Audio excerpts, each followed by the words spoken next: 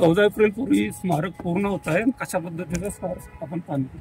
Doctor Babasaheb आंबेडकरांचं हे भव्य स्मारक त्या कल्याणपूर्वीमध्ये उभं राहिलं त्याचा अभिमान सगळ्यांनाच आहे. आणि आज या स्मारकाच्या खालचं जे ऑडिओ व्हिज्युअल रूम आहे एकदम हायटेक, म्हणजे मला वाटत नाही की या ठाणे जिल्ह्यामध्ये किंवा मुंबईमध्ये अशा प्रकारचं स्मारक कुठेही असेल. अशा प्रकारचं नॉलेज सेंटर उभं करण्याचं काम जे आहे ते आपण इथे केलेलं आहे.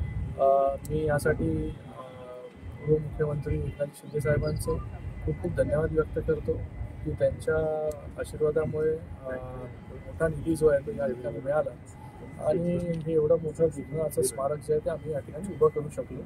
लवकरात लवकर जो भाग राहिलेला आहे दुसरा पार्ट उद्घाटन करण्याचा, त्याचं देखील उद्घाटन जे आहे ते लवकरात लवकर होईल. आज या ठिकाणी मान्य खासदार शिंदे साहेबांनी स्मारकची पूर्णपणे पाहणी केली.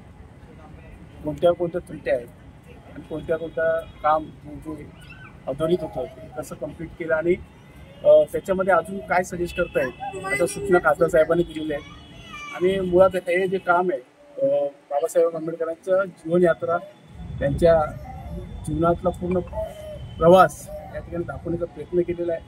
त्या ठिकाणी डॉक्टर बाबासाहेब आंबेडकरांचे अनेक दुर्मिळ फोटो जे देशामध्ये कुठेच नाही आहेत असे फोटोचा शोध लावून या ठिकाणी आपण लोकांच्या निदर्शनात आणून दिलेले आहेत, म्हणजे लोक या ठिकाणी येऊन पाहू शकतील. त्याचप्रमाणे बाबासाहेब आंबेडकर आपल्याशी संवाद साधत आहेत असं सुद्धा त्या ठिकाणी चित्रीकरण केलेले आहे.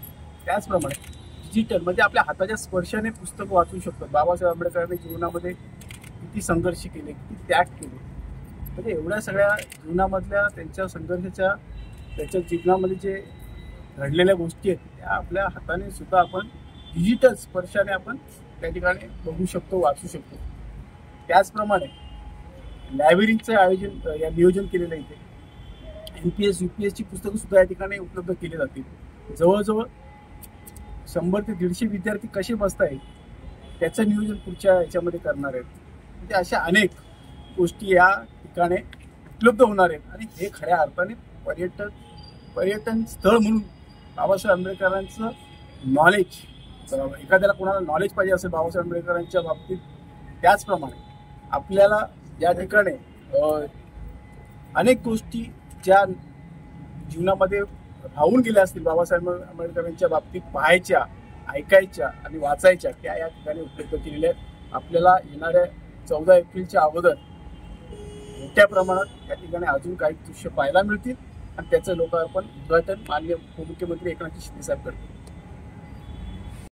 पुतळ्याचं उद्घाटन झाल्याच्या नंतर साहेब म्हटले होते की आपण बाकीच्या गोष्टी करू, तिथे गेट करू, ते संडास तोडू, त्याची लेवल करू.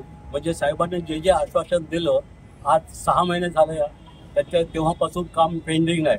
मी आता साहेबांना विचारलं की साहेब बाकीचं उद्घाटन कधी करताय, तर त्यांनी म्हटलं की अधिवेशन होऊन जाऊ द्या, तुम्ही कमिशनरची मिटिंग घ्या. मी गायकवाड साहेबांशी बोललो तर त्यांनी संडेला एक मिटिंग ठेवू म्हणून सांगितलं त्यांनी आणि लवकरात लवकर काम होईल असं त्यांनी म्हटलं आणि संडेची मिटिंग ठेवलेली आहे.